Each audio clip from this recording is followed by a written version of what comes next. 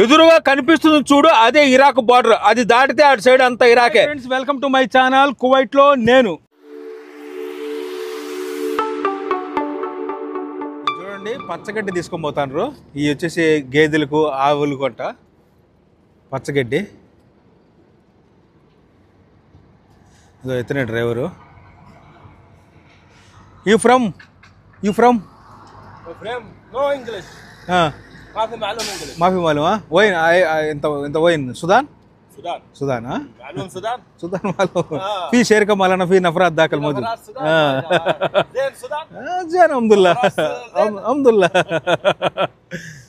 అగ్గా అది గనం అదా ఇంత వైన్ జీప్ అదా هذا جيب మజ్రా ఓకే శుక్రనా అస్సలాము అలైకుం انت చూసాగానా అతనితో ఏం మాట్లాడుతున్నాను అనుకుంటున్నారా? చెబుతాను, ముందు ఇది వినండి. కువైట్ సిటీకి 100 కిలోమీటర్ల పైగా దూరం ఉన్న ప్రాంతం ఇది. ఈ ప్రాంతం పేరు అబ్దుల్లీ ప్రాంతంలో ఉండే 3 చిన్న సూపర్ మార్కెట్లో ఇది కూడా ఒకటి. దీని పేరు ఒమనికా. అబ్దుల్లీ ప్రాంతం మొత్తం వ్యవసాయానికి సంబంధించిన భూములు ఉంటాయి.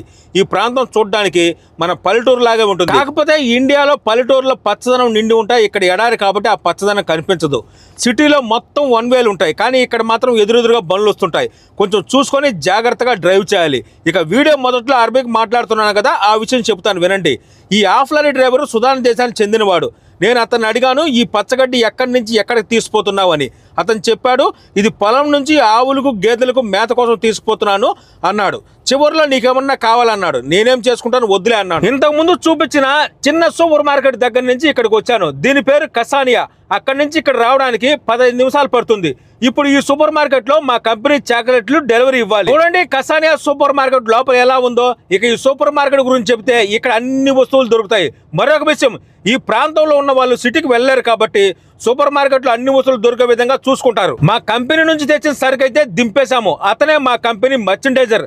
అతను అన్ని లైన్ లో పెట్టి రిసీవింగ్ చేపించి సరుకు డిస్ప్లే చేస్తాడు. వీడియో థంబ్నెయిల్ పెట్టాను కదా ఇరాక్ బోర్డర్ అని, దాని గురించి కూడా చెబుతాను. అంతకంటే ముందు మీకు ఇంకో విషయం చెప్తాను వినండి. ఈ ఆకుకూరలు చూడండి, ఇవన్నీ కూడా కువైట్ పొలాల్లో పండినవే. ఈ ఉల్లిపాయలు, కొత్తిమీర ఇవి కూడా కువైట్ పొలాల్లో పండినవే.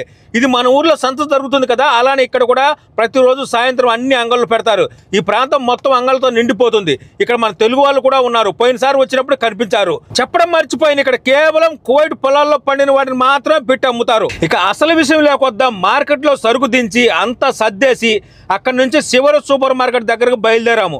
ఎదురుగా కనిపిస్తుంది చూడు, అదే ఇరాక్ బార్డర్. అది దాటితే అటు సైడ్ అంతా ఇరాకే. నేనైతే ఈ లాస్ట్ లో యూటర్న్ తీసుకొని నేరుగా కొంచెం ముందుకు వచ్చి రైట్ సైడ్ లో ఉన్న లాస్ట్ సూపర్ మార్కెట్ దగ్గరికి వచ్చాను.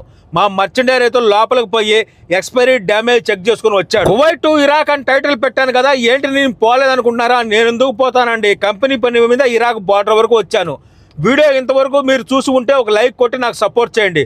మీ సపోర్టే నా గెలుపు. జై భారత్, జై హింద్.